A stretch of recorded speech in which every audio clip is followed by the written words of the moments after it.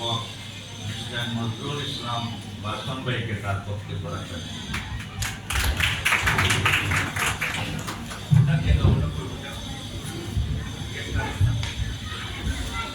আসসালামু আলাইকুম। আমার ক্লাসমেট বন্ধু টহর চৌধুরী যেভাবে খুব ছোট্ট করে বলেছেন, আমি চেষ্টা করব তার চাইতেও ছোট্ট করে শুধু একটা বাক্যে আমার বক্তব্য শেষ করতে। সেটা হচ্ছে যে তোমরা যারা আজকে বৃত্তি পেয়েছ, তোমরা তার যোগ্য, এই জন্যই তোমরা বৃত্তিটা পেয়েছ। কিন্তু যারা বৃত্তিটা পায় নাই, সামনের বছর যাতে তারা বৃত্তিটা পায়, এই পাবলিসিটিটা তোমরা তোমাদের বন্ধুদের সাথে, এই অনুরোধটা জানিয়ে আমি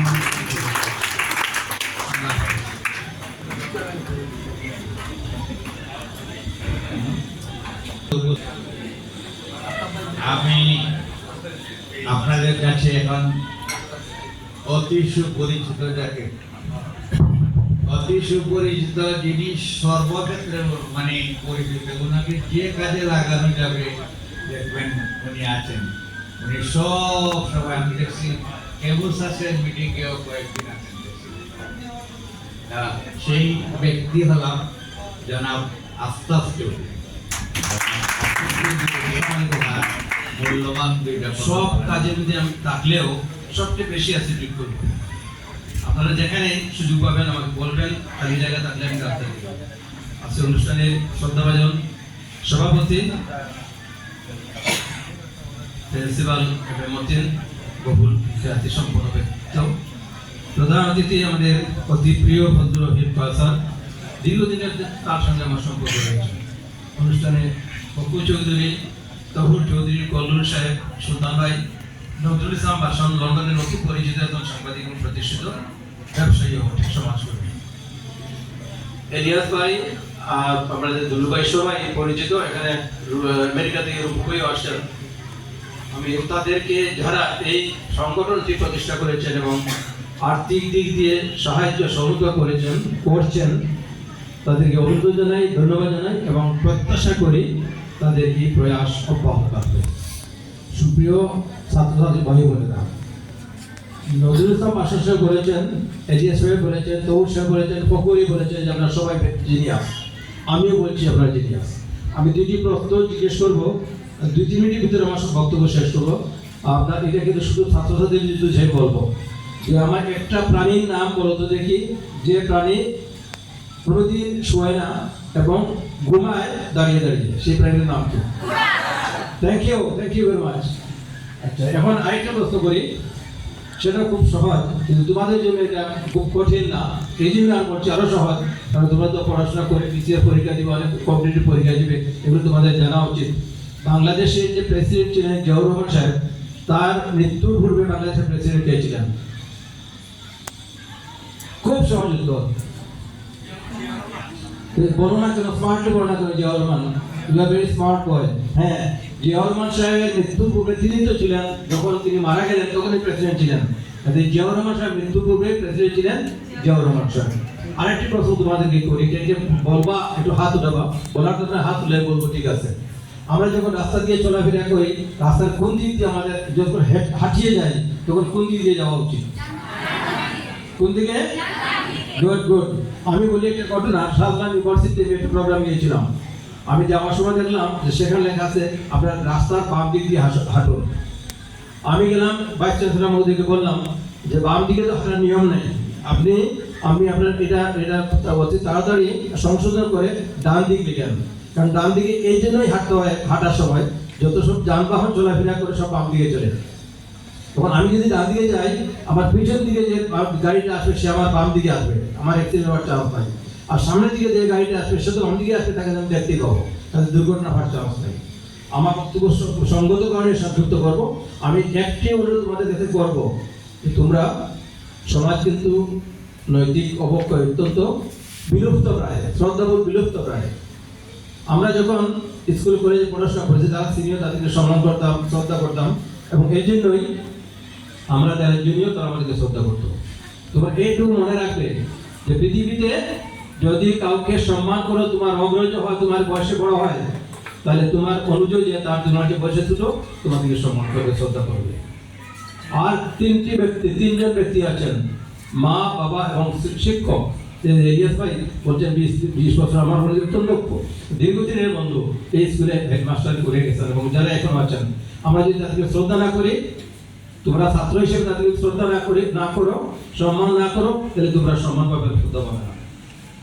আরেকটি পয়েন্ট আমি বলবো, মোবাইল ফোন বিভাগ, মোবাইল ফোন, এই মোবাইল ফোন তোমরা মনে করো, আমরা মনে করি যে সময় কাটার জন্য এটা ভালো জিনিস। এটা বাদ দিয়ে তোমরা বই পড়ো। বইয়ের চেয়ে বড় সম্পদ আর পৃথিবীতে কিছু নাই। আমি যখন ছাত্র ছিলাম তখন বই পড়তাম, কেন্দ্রীয় মুসলিম সাহিত্য সংস্থার 50 বছরের মেম্বার, এবং ইতিমধ্যে আমার 25টি বই বেরিয়েছে। আমি 10-12টা পত্রিকা কখন রেখে, যে আমেরিকার প্রথম আলো থেকে শুরু করে লন্ডন পত্রিকা, বাংলাদেশের প্রতিদিন থেকে শুরু করে সিলেট রাত পর্যন্ত 15-10-12টা পত্রিকা আমি লেখা রেখে কখন কোনো সময় অতিরিক্ত কাটে না। সুযোগ পাই যখন গাছ লাগাই, এখানে কিন্তু গাছ লাগানো আছে, মানে পুকুর পাড়ে লাগানো আছে, এদিকে লাগানো আছে। এটা কত বছর আগে লেগেছে হয়তো করছিলাম। আমার বক্তব্য সংগত কারণে দীর্ঘায়িত করবো না। আমি যে কথাগুলো বললাম বিনয়ের সাথে বলছি, তোমাদের মধ্যে শ্রদ্ধা ফিরে আসো। তোমরা বড়দেরকে শ্রদ্ধা করবে, তাহলে তোমাদের ছোট তোমাদেরকে শ্রদ্ধা করবে, এটা স্বাভাবিক। আর যারা ছোট তাদেরকে আদর করবে, মনোযোগ দিয়ে পড়াশোনা করবে, মানুষ হবে। তোমাদের মা বাবা অতি কষ্ট করে, আমি জানি। আমরা তিন ছেলে MBA করে এখন আমেরিকায়, অস্ট্রেলিয়ায়, এশিয়াতে সবাই প্রতিষ্ঠিত। কত কষ্ট করতে হয় একটা ছেলেকে, একটা মেয়েকে মানুষ করা। তোমরা একটু মনে রাখবে যে আমার মা, আমার বাবা আমাদের পিছনে যে শ্রম দিচ্ছেন, যে কর্তব্য করছেন, তাদের প্রতি আমাদের সেভাবে শ্রদ্ধা থাকা উচিত। তাদেরকে কিভাবে সুখ দেওয়া যায়, শান্তি দেওয়া, আরাম দেওয়া যায়। মাকে না বলে বাবাকে না বলে বাসা থেকে বেরিয়ে যাবে না। এটা খুব অত্যন্ত সঙ্গত কারণে এটা একটা আমাদের প্রচলন করা উচিত। আমি বেরিয়ে যাবো, মা টেনশন করবেন, বাবা টেনশন করবেন, এই সুযোগটা দিবে না। বলে যাবে আম্মা এখানে যাচ্ছি, ওখানে যাচ্ছি, এত সময় ভিতরে চলে আসবো, আব্বার জন্য তো খাওয়া দাওয়া রেডি করো, আমি এই আব্বাকে টেবিলে সাজিয়ে খাবারটা দিব। তোমার রুমটা তুমি পরিষ্কার করো। আমি লক্ষ্য করেছি যে 10টা-11টা পর্যন্ত ছেলেরা ঘুমায়, মেয়েরা ঘুমায়। কোনো বাসায় যখন যাই, আমি যখন দেখি 10টা-11টা পর্যন্ত ঘুমাচ্ছে ছেলে মেয়ে, আর মা বাবা সব কাজ করতে, আমি খুব লজ্জা পাই। আমি একজন বাবা, আমি কোথাও বলছি নৈতিক অবক্ষয়কে কিভাবে আমরা মোকাবিলা করবো এটার জন্য, এবং একটা সুন্দর সমাজ বিনির্মাণ করা যারা আছো, তোমাদের প্রচেষ্টা অব্যাহত থাকবে। আমার বক্তব্য দীর্ঘায়িত করবো না। এখানে উপস্থিত যারা আছেন তাদের সকলের প্রতি শ্রদ্ধা জানাচ্ছি, এবং সবাই সমাজে অত্যন্ত প্রতিষ্ঠিত ব্যক্তি করবো। এবং তহুর জ্যোতি, কলুন সাহেব সহ রূপুভাই, পাশন ভাই, ফকুভাই, এই ফকুভাই আমেরিকাতে টেলিফোন করে সিরিয়াল খবর নেন। আফতাবাই এটা করতে হবে, কিভাবে এইবার এটা করতে হবে। ইনি আবার বিভিন্ন সংস্থার সাথে জড়িত আছেন, ইংরেজি স্কুলে মেইন ফান্ড নিয়ে কালেকশন করে দিচ্ছেন আমেরিকা থেকে, এবং যখনই আসেন খুব নেন, আমাকে বলে চলে যায়, দেখে যায়। এটা অতি উৎসাহী একজন মানুষ ফকুভাই, যার সম্বন্ধে অনেক কিছু বলা যায়, বলা সম্ভব। কিন্তু যেহেতু জুম্মান নামাজ বক্তব্য সংক্ষিপ্ত করতে হবে, প্রত্যেকটি মুহূর্ত তোমাদের পড়াশোনা বের করবে, তাহলে প্রতিষ্ঠিত হবে, ইনশাআল্লাহ প্রতিষ্ঠিত হবে। আমি আমার তোমাদের প্রতি আশাবাদ ব্যক্ত করছি, এবং মহান আল্লাহর দরবারে দোয়া করছি যে তোমরা মানুষ হও, মানবিক গুণ সম্পন্ন মানুষ, মানবিক গুণ সম্পন্ন মানুষ তোমরা হও। মানবিক গুণ যেন তোমাদের মধ্যে থাকে। আমাদের মধ্যে কতটুকু আছে আমরা জানি না, কিন্তু চেষ্টা করি অন্তত। আমি আমার বক্তব্য শেষ করে সবার জন্য আল্লাহর দরবারে দোয়া করছি, আপনারা সবাই ভালো থাকবেন, সুস্থ থাকবেন এবং নিরাপদে থাকবেন। ধন্যবাদ। ধন্যবাদ জনাব আফতাব চৌধুরীকে। সম্মানিত উপস্থিতি, এখন আপনাদের কাছে বক্তব্য রাখবেন আমাদের জাতির দর্পণ। রাত পোহালে আমরা যাদের সংগৃহীত তথ্য পত্র পত্রিকায় পাই, সেরকম একজন গুণী ব্যক্তি, প্রথম আলোর বিশিষ্ট ব্যক্তিত্ব এই পত্রিকায় লেখালেখি করেন, এবং প্রথম আলো সম্পর্কে আপনাদের খুব ভালো ধারণা আছে, এটা বলার কোনো প্রয়োজন নেই। সেই ব্যক্তিত্ব আমাদের সুনামগঞ্জ জেলার বাসিন্দা জনাব ইশতিয়াক আহমদ চৌধুরী সাহেবকে আসসালামু আলাইকুম, শুভ সকাল। আমার সম্পর্কে এত কিছু বলেছেন যার একশো এক ভাগও আমি প্রাপ্য নই। আমি একজন খুব সাধারণ মানুষ, আমি একজন সাহিত্য বা লেখালেখি করি, চেষ্টা করি। আমি খুব সংক্ষিপ্ত সত্যিকারের সংক্ষিপ্ত, একটা আছে সংক্ষিপ্ত করতে করতে অনেক দেরি হয়ে যায় ওঠে না। দুটো কথা বলি, আপনাদের যারা স্পন্সর করেছেন, তার মানে আপনাদের যারা আর্থিক সহায়তা করেছেন বা আপনাদের পাশে দাঁড়িয়েছেন, তারা আমেরিকায় কিন্তু বেসে নেয়। তারা আমেরিকাতে 24 ঘন্টার মধ্যে 18 ঘন্টা কিভাবে বেঁচে থাকতে হয় তার জন্য সংগ্রাম করেন। আর সেই সংগ্রামে করার পরেও আপনাদেরকে তারা প্রতিনিয়ত স্মরণ করে। আমি সবাই বলছি, দয়া করে তাদের সবার জন্য একটা হাততালি দেন, হৃদয় থেকে দেন, একদম দিল থেকে দেন। আমেরিকাতে বেশ না, আমেরিকাতে খুব কঠিন একটা জায়গা, প্রবাস খুব কঠিন জায়গা। ধন্যবাদ। আরেকটা কথা বলি, আপনাদের যারা সহায়তা করছেন, তারা শুধু সহায়তা করে, পাস করে, এরপর মেট্রিক পাস করে কলেজে গিয়ে রাজনীতি করে ভাই খোঁজার জন্য নয়, ভাইয়া খোঁজার জন্য নয়, আপা খোঁজার জন্য নয়, নেতা খোঁজার জন্য নয়। তারা আপনাদেরকে সহায়তা করছেন বা আমি সেই সঙ্গে সম্পৃক্ত আছি একজন কর্মী হিসাবে। আমি কোনো বড় দাতা নই, ওনাদের মতো তৌর চৌধুরী, কনুল চৌধুরী, ফকুর চৌধুরীর মতো বিরাট দাতা নই। তবে আমি এই পুরো কার্যক্রমকে সহায়তা করি, মানবিকভাবে সাপোর্ট করি। ওনারা সহায়তা করছেন, বারবার বলছি, ভাইয়া খোঁজার জন্য নয়। আপনারা খুঁজবেন কি? আমেরিকা এমবাসি যাবেন, ভিসা খুঁজবেন, ইউনিভার্সিটি মিসিসিপির বৃত্তি খুঁজবেন, নিউ ইয়র্ক ইউনিভার্সিটির বৃত্তি খুঁজবেন। আর দয়া করে পড়াশোনা করে ভাইয়া খোঁজার জন্য না, আপা খোঁজার জন্য না, কোনো হুজুর খুঁজবেন না। খুঁজবেন কি? আবার বলেন, পড়াশোনা করবেন, ইন্টারমিডিয়েট পাস করবেন, খুঁজেই শুরু করবেন বৃত্তি খোঁজা। আমেরিকাতে যাবেন, লন্ডনে যাবেন, বিয়ে করে না, বিয়ে করার জন্য না, পড়াশোনার জন্য যাবেন। তাহলে ওনাদের যে আর্থিক সহায়তা, এটা সত্যিকারের মূল্যায়ন হবে। ধন্যবাদ। ধন্যবাদ জানাব ইসলাম সাহেব। সম্মানিত উপস্থিতি, আপনাদের সকলের বিশেষ বিশেষ বিশেষ অবগতির জন্য বলছি, অপটিমিস্ট ঢাকা অফিস থেকে একজন অফিসার এসেছেন। তিনি আপনাদের সকলের সাথে, অপটিমিস্ট ঢাকা অফিস থেকে একজন অফিসার এসেছেন, তিনি আপনাদের সকলের সাথে এই কার্যক্রম শেষ হওয়ার পর 10টা মিনিট বসবেন। আপনারা দয়া করে বসে যাবেন। যে কথাটা ইসিএস বলেছেন যে আপনারা যদি টাকা নিতে আসেন তাহলে আমরা সরি, আমরা কিছু কথা শুনবো ওনাদের। ওনারা যেহেতু কাজ করেন, তা আমি অনুরোধ করছি, নিউজটা পৌঁছে দিলাম, আপনারা সবাই থাকবেন এখানে। সম্মানিত উপস্থিতি, আমরা একেবারে শেষ পর্যায়ে এসে গেছি আমাদের আলোচনা। আমি আগে জানতাম না, এখন শুনলাম যে আমাদের ফজলুর রহমান কৌশল ভাই এটার সাথে বেশ আগে থেকে জড়িত। মধ্যখানে হয়তো আমার যে পিরিয়ডটা ছিল এই সময়ে হয়তো আমি পাই নাই। যাই হোক, ওনাকে ধন্যবাদ। উনি পরিচিত মানুষ, উনি তো আর বলার কিছু নাই। আপনারা তো সিলেট উইমেন্স মেডিকেল কলেজ চিনেন না এমন নাই, কাছাকাছি আছেন। সেই কলেজের চেয়ারম্যান জনাব ফজলুর রহমান কৌশল ভাই, উনি আমার বড় ভাইয়ের ক্লাসমেট। উনি আমার বড় ভাই ডাক্তার শফিকুর রহমানের ক্লাসমেট। ওনার সাথে আমার কয়েকবার দেখা হয়েছে, উনি আমাদের বাড়িতেও গেছেন।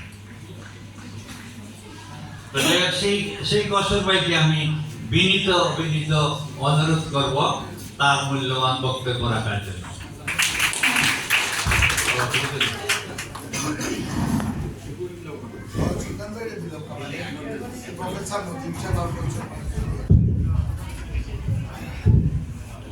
সরি, সম্মানিত উপস্থিতি, মানে এখানে একটু গন্ডগোল হয়ে গেছে, কারণ আমি ছিলাম না বিগত 2 বছর এটার সাথে। আমাকে সবাই চিনে তো? আমাকে সবাই চিনে? আমার পরিচয় দেয়া লাগবে? দেয়া লাগবে না। আমি একটা কবিতার 1 লাইন বলবো, দেখি তোমরা পরের লাইন বলতে পারো কিনা। সকালে উঠিয়া আমি মনে মনে বলি, আদেশ করেন যাহা মোর গুরুজনে। আমি যেন সেই কাজ করি ভাবনে। তারপরে কি? ভাই বোন সকলের যেন ভালোবাসি। আচ্ছা শুনেন, আপনাদের জন্য গুরুত্বপূর্ণ কথা হচ্ছে, 1 নম্বর, আপনাদের অধিকাংশ হচ্ছে এইচএসসি ছাত্র। জীবনের এই সময়টা পড়াশোনার জন্য খুবই ইম্পর্টেন্ট, মানে এর ইম্পর্টেন্স বলে বোঝানোর কোনো রাস্তা নাই। এই যে কবিতাটা আমরা বললাম, আপনাদের মনে হবে মা খালি খালি বললেন না, করেন কিনা। সকালে ফজরের পরে কে কে ঘুমায় না আমাকে হাত তুলে দেখাও। 2-3 জন মাত্র। সকালে তুমি আগে উঠো না তোমার মা আগে উঠে রান্না বান্না করে? আমাকে হাত তুলে দেখাও। তুমি আগে উঠো, এরকম কে কে আছো? পাকের ঘরে গিয়ে মাকে সাহায্য করে, এরকম কে আছো? মাত্র অল্প কয়েকজন। This is not a good sign. This is not a good sign. তোমরা এখন বড় হয়েছো, তোমরা যদি এখন রান্না বান্না দায়িত্ব, মায়ের হেল্প দায়িত্ব বলতেছি না, হেল্প না করো, তাহলে বোঝা যাচ্ছে তুমি অকৃতজ্ঞ। আর মা বাবার অকৃতজ্ঞ হয়ে তুমি জীবনে সুখী হইতে পারবা না। সুখ এক জিনিস, পয়সা দিয়া সুখ কিনা যায়, একটু ওই কিছু একটা খাওয়া যায়, একটু কোনো পার্কে যাওয়া যায়, শান্তি পাইবা না, তুমি শান্তি পাবা না। ঠিক আছে? এই জন্য আমি সংক্ষেপ কথাবার্তা, মনোযোগ দিয়ে পড়াশোনা করতে হবে, ভালো মানুষ হইতে হবে। ভালো মানুষ কেন হব? ভালো ডাক্তার হব, মানুষের সেবা করার জন্য। পয়সা বা অর্থ করি এমনি এমনি আসবে, এটা এমন কোনো বিষয় না। আর যদি তোমাদের মধ্যে কে কে বড় লোক হইতে চাও না, বড় লোক হইতে চাও না, কে কে? 1 জন 2 জন বড় লোক হইতে চাও না? ওরে বাবা, এরকম লোক আছে নাকি পৃথিবীতে? কিন্তু এটা করতে হলে তোমাকে অনেক খাটনি করতে হবে, অনেক খাটনি করতে হবে, যেটা তোমরা করতে রাজি না। কথা বুঝতে পারছো? আমার কথার অর্থ হচ্ছে যে বাকি সবাই আমরা পয়সাওয়ালা হইতে চাই, কিন্তু পয়সাওয়ালা হইতে হলে সকালে উঠে কাজে যেতে হবে, পড়াশোনা করতে হবে, একটা টিউশনি করতে হবে। ইন্টারমিডিয়েটের অনেক ছাত্রছাত্রী আছে, তোমরা চাইলে একটু কি নাম একটা টিউশনি করতে পারো, কিছু পয়সা কামাই করতে পারো। এই রাস্তায় আমরা যাচ্ছি না। আর সিলেটের বিশিষ্ট ধনাঢ্য ব্যক্তির নাম আমি জানি, যিনি ক্লাস 6-7-এ কাগজ কিনে স্কুলে গিয়ে বন্ধুদের কাছে বেচত। কাগজ কিন্তু 1 পৃষ্ঠা 1 রিল, পরে বন্ধুদের কাছে গিয়ে একটু একটু করে বিক্রি করতো। 10 টাকা 5 টাকা যা আসলো লাভ আসলো। তুমি যদি পয়সা বাড়াইতে চাও তাহলে তোমাকে খাটনি করতে হবে। ভালো মানুষ হইতে চাও তোমাকে অনেক সাধনা করতে হবে। ভালো হওয়া এত সোজা জিনিস না। আমি যদি বলি ভালো হইতে চাও, সবাই হাত তুলবা, কিন্তু ভালো হওয়া অনেক কঠিন কাজ। অপটিমিস্ট তোমাদেরকে সহযোগিতা করতেছে। আমি দোয়া করব, আমি চাই, আমরা আশা করব তোমরা এই পয়সাটা ভালোর জন্য খরচ করবা, বই কেনার জন্য খরচ করবা, স্কুল ড্রেস কেনার জন্য খরচ করবা, কোচিং করার জন্য খরচ করবা, কোন টিচারের কাছে 1 মাস পড়ার জন্য খরচ করবা। তোমরা যদি কেউ এই পয়সা নিয়ে একটা মোবাইল কিনো, তোমরা বেঈমানি করলা আমাদের সাথে, বেঈমানি করলা অপটিমিস্টের সাথে। এই কথাটা বলে আমি আমার বক্তব্য শেষ করছি। তোমরা এই পয়সাটা অবশ্যই কাজে লাগাও। ধন্যবাদ।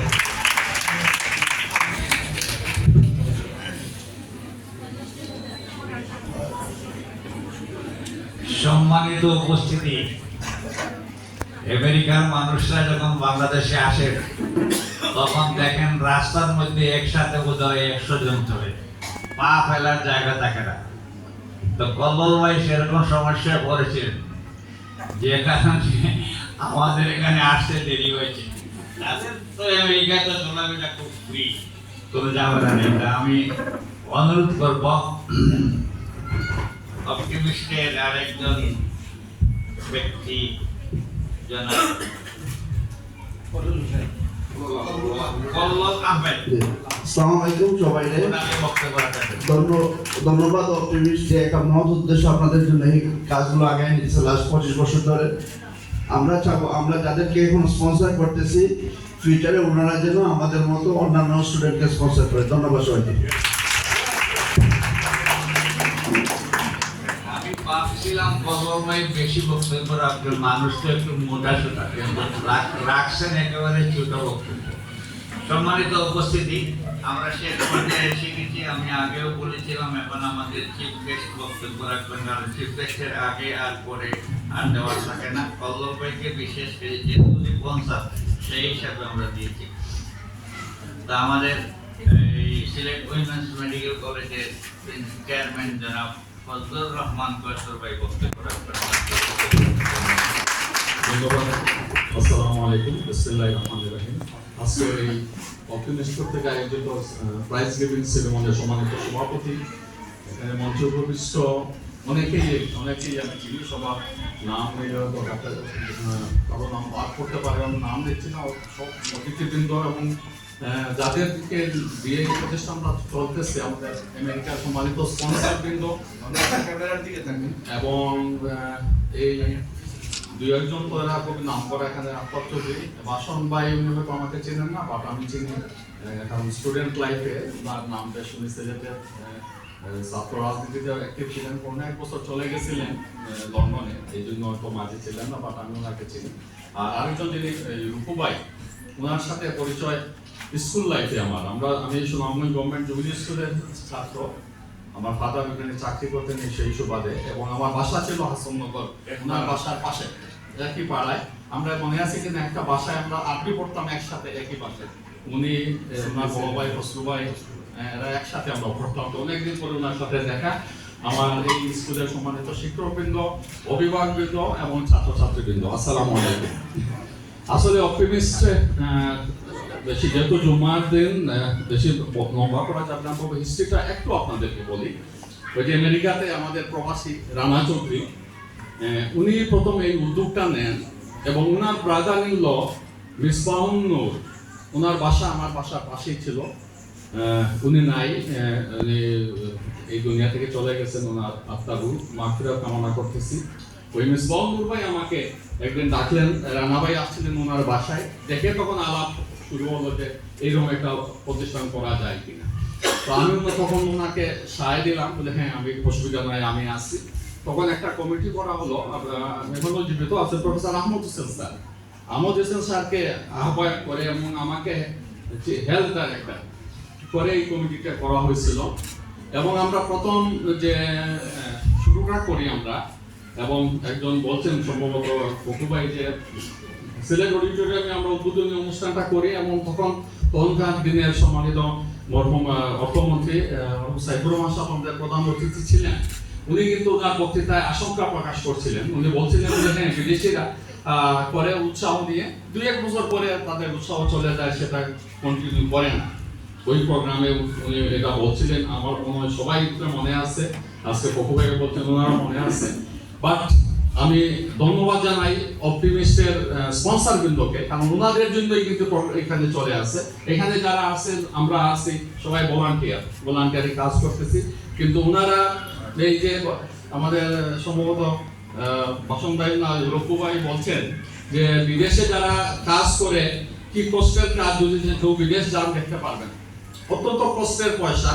সেই পয়সা থেকে এত বছর 25 বছর ধরে তারা আমাদের বাংলাদেশের গরিব ও মেহনতি ছাত্রছাত্রীদের জন্য যে বৃত্তি দিচ্ছেন, এটা ওনাদের আমি বলবো যে এইরকম আমি জানি না বাংলাদেশে অপটিমিস্ট ছাড়া এমন কোনো প্রতিষ্ঠান আছে কিনা যা 25 বছর ধরে এক নাগাড়ে কোনো বিরতি না দিয়ে কাজ করে যাচ্ছে।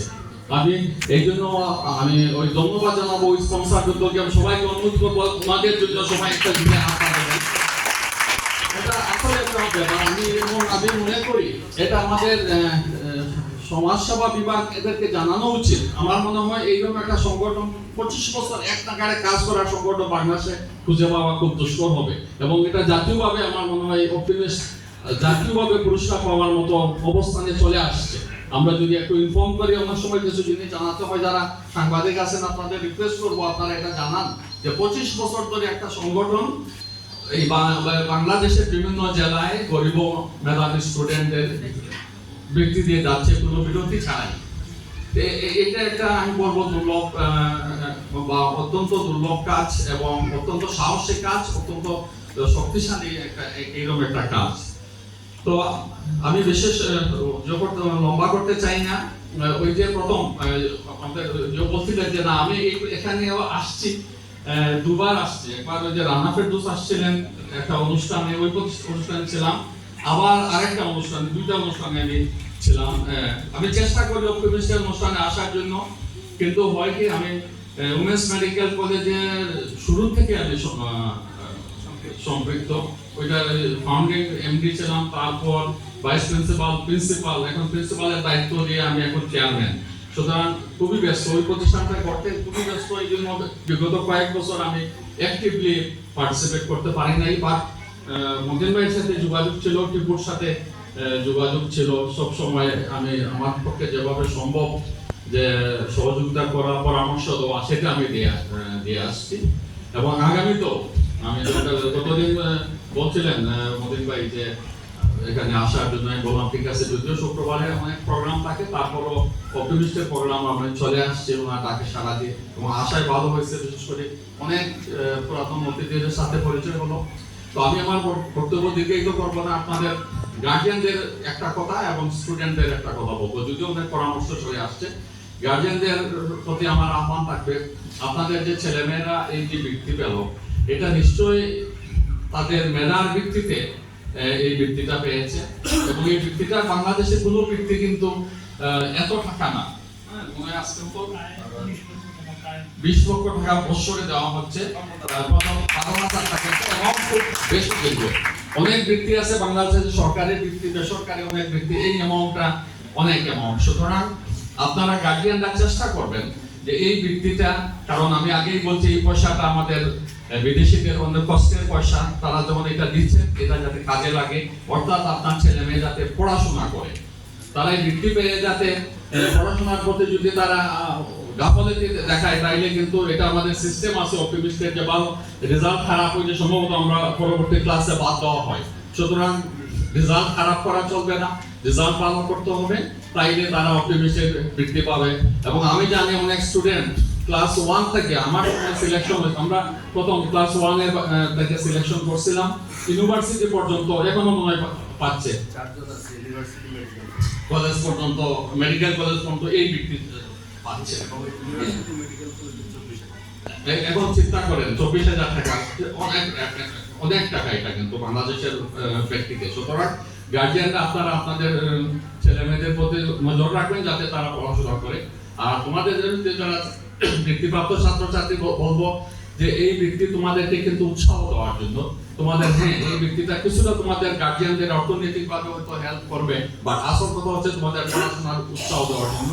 তোমরা ভালোভাবে পড়াশোনা করবে, এবং সম্ভবত রূপভাই বলছেন যে আগামীতে তোমরা এই বৃত্তির অপেক্ষা না করে যদি ইন্টারমিডিয়েট পাস করে ভালো রেজাল্ট করো, আমেরিকার অনেক ইউনিভার্সিটি কিন্তু স্কলারশিপ দেয়, এবং যারা জানে বাংলাদেশ থেকে অনেক স্টুডেন্ট কিন্তু স্কলারশিপ নিয়ে আমেরিকায় পড়তে যায়, স্কলারশিপ দিয়ে ইউরোপের বিভিন্ন দেশে পড়তে যায়, স্কলারশিপ নিয়ে কানাডায় পড়তে যায়।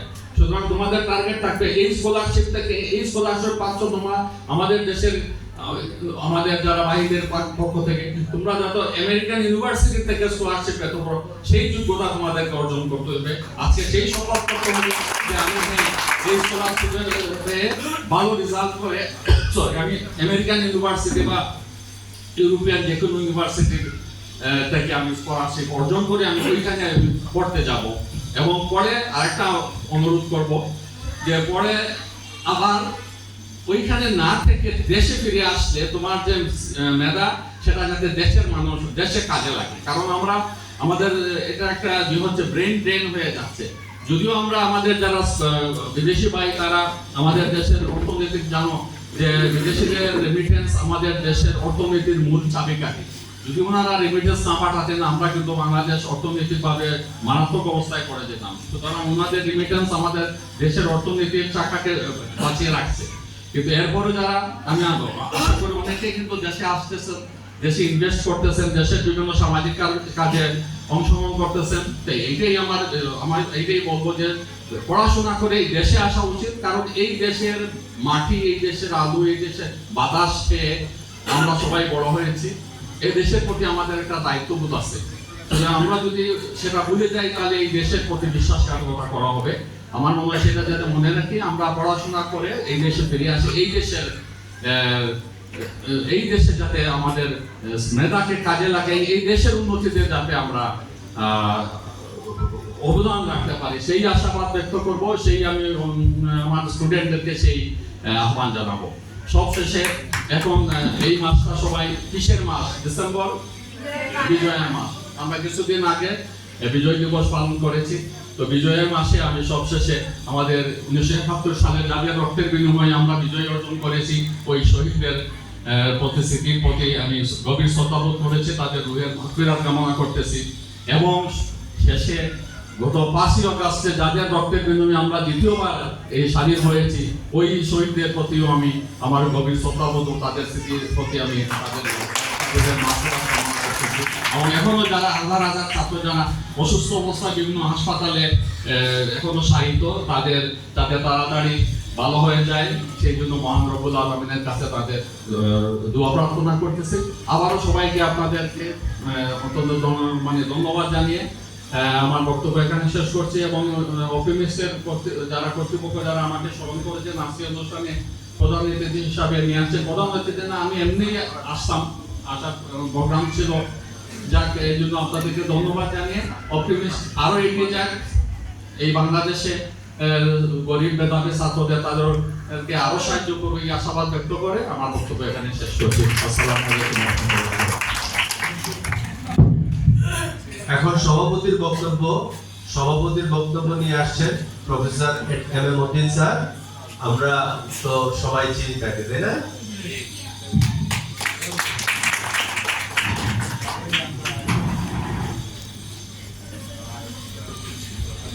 সম্মানিত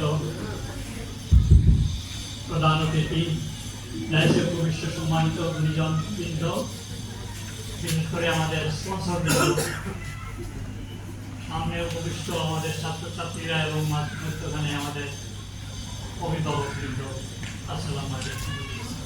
আসলে আমরা দীর্ঘক্ষণ বসে সবাই খুবই টায়ার্ড, এখন তারা কথা শোনার মতো মানসিকতা থাকার কথা না। তবুও বিশেষ কারণে হয়তো আমার একটু একটা কথা না বললেই নয়। আমরা সবাই সব কথা, আমি যে কথাগুলি বলবো সব ইতিমধ্যে শোনা হয়ে গেছে।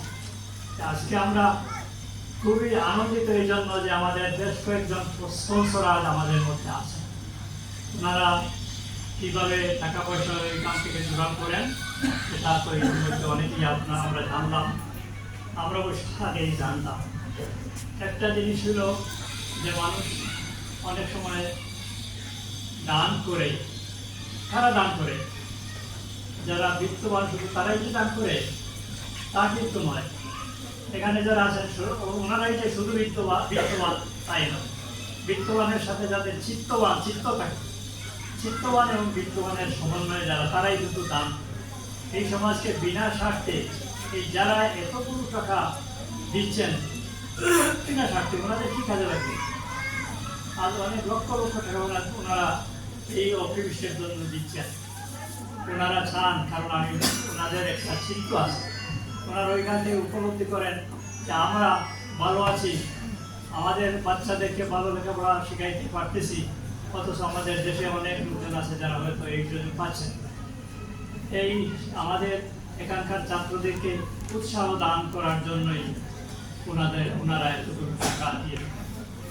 এখন খালি ওনাদেরকে ধন্যবাদ দিয়ে আমি খাটো করতে পারবো না, কারণ ওনাদের এই দানটা অপরিসীম, এটা সীমাহীন এবং এটা হিসাব দিয়ে সারা যাবে না।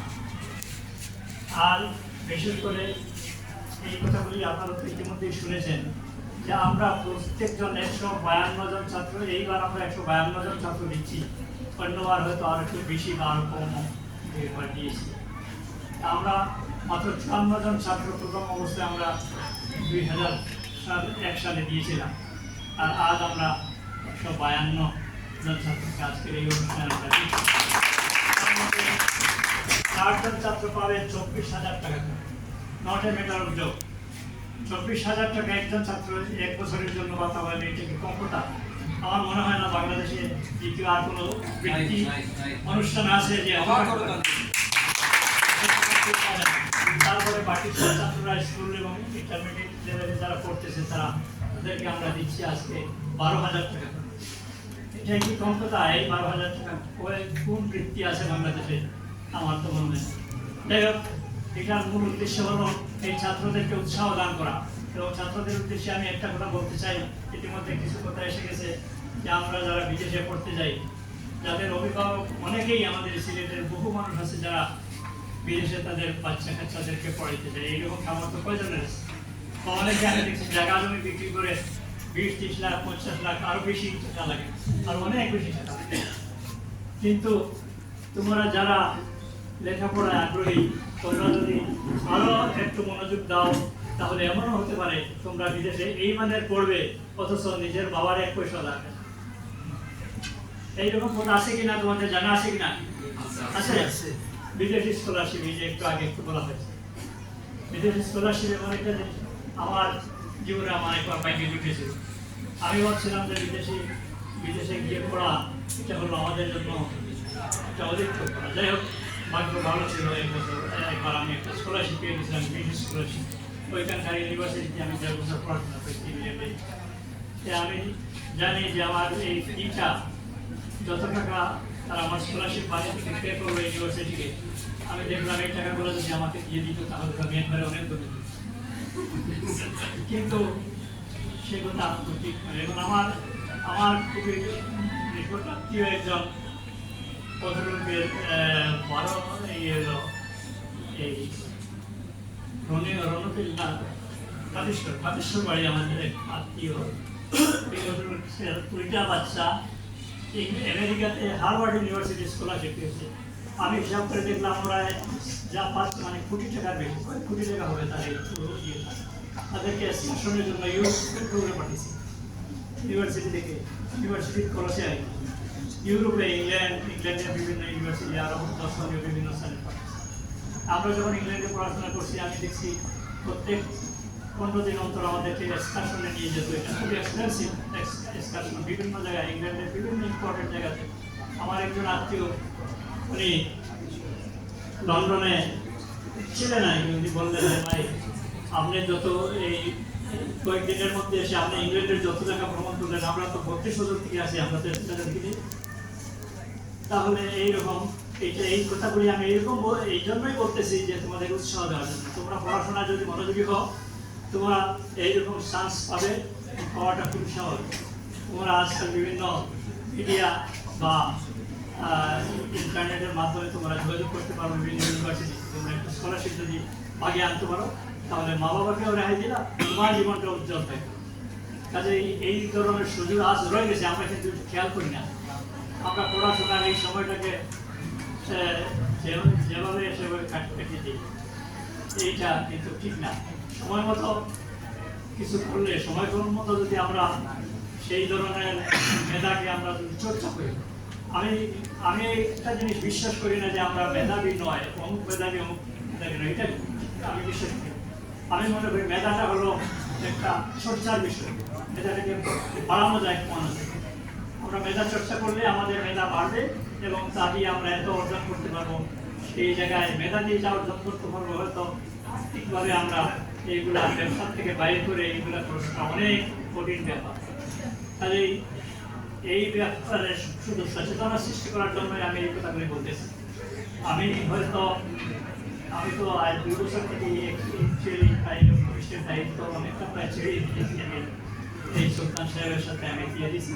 উনি একজন ব্যক্তি, উনি খুবই ব্যস্ত, তারপরে উনি অপটিমিস্টের যথেষ্ট সময় দেন। আমি পিছন থেকে ওনাকে সাহায্য করি এবং আগামীতে আমি ভাবছি ওনাকে পূর্ণভাবেই আমি দিয়ে দেব এবং আশা করি উনি আমার চেয়ে আরো বড় হবে। আর আমাদের স্পন্সররা আসছেন, আমি অত্যন্ত কৃতজ্ঞ। ওনাদের কাছে। ওনারা যে মূল্যবান সময়ের এই কিছুটা হলেও আমাদের এখানে যে রেখে গেলেন, আমাদের সাথে কথা বিনিময় হলো, আমরা আনন্দিত হলাম। ওনাদেরকে আমি আরও ওনাদের সবাইকে উন্নতি কামনা করি। আমি আমার শেষ করছি।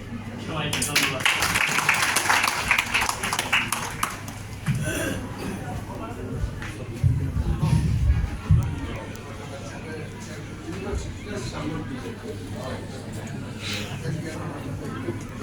সম্মানিত উপস্থিতি, আমাদের সবার কার্যক্রম শেষই। আমরা অনুরোধ করবো যারা উপরের ক্লাসে লেখাপড়া করছেন, অর্থাৎ মেডিকেলে, বিশ্ববিদ্যালয়ে, এরকম 3 জন ছাত্র আছেন,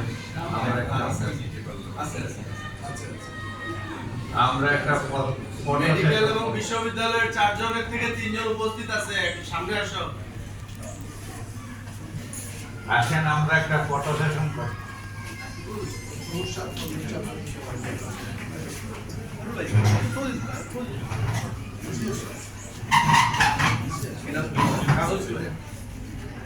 কি নাম?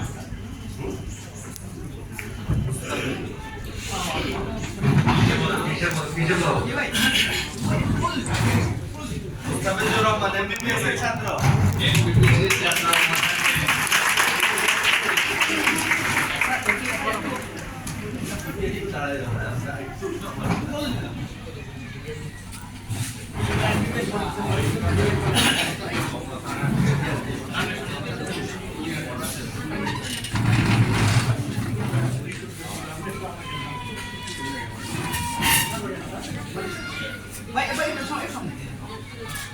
ফারজানা একটা রিমি আছো? ফারজানা আক্তার রিমি। মাম্পি দাস। মাম্পি দাস। থাকলে আসো, অসুবিধা নেই, দুজনই আসো।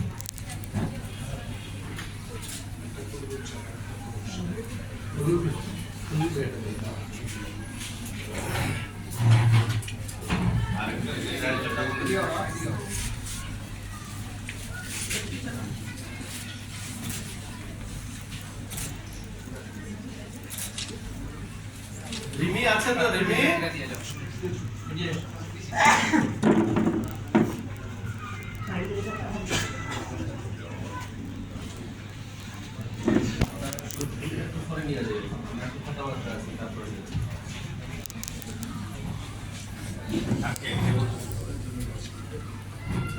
তোমা আমিনা বিশ্বাস। তোমাদেরকে এখন যাদেরকে দেওয়া হচ্ছে, তোমরা একটু বসবা, কথাবার্তা আছে 2-4 মিনিট। রাজিয়া আক্তার মাসুমা,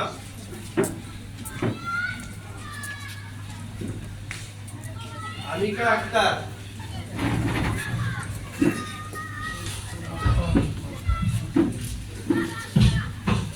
মাহবুবুর রহমান সাব্বির,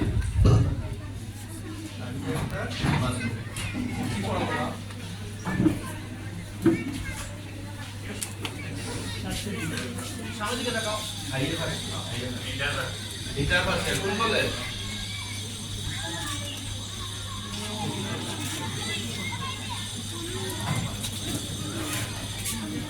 তুমি থাকিও না কমা।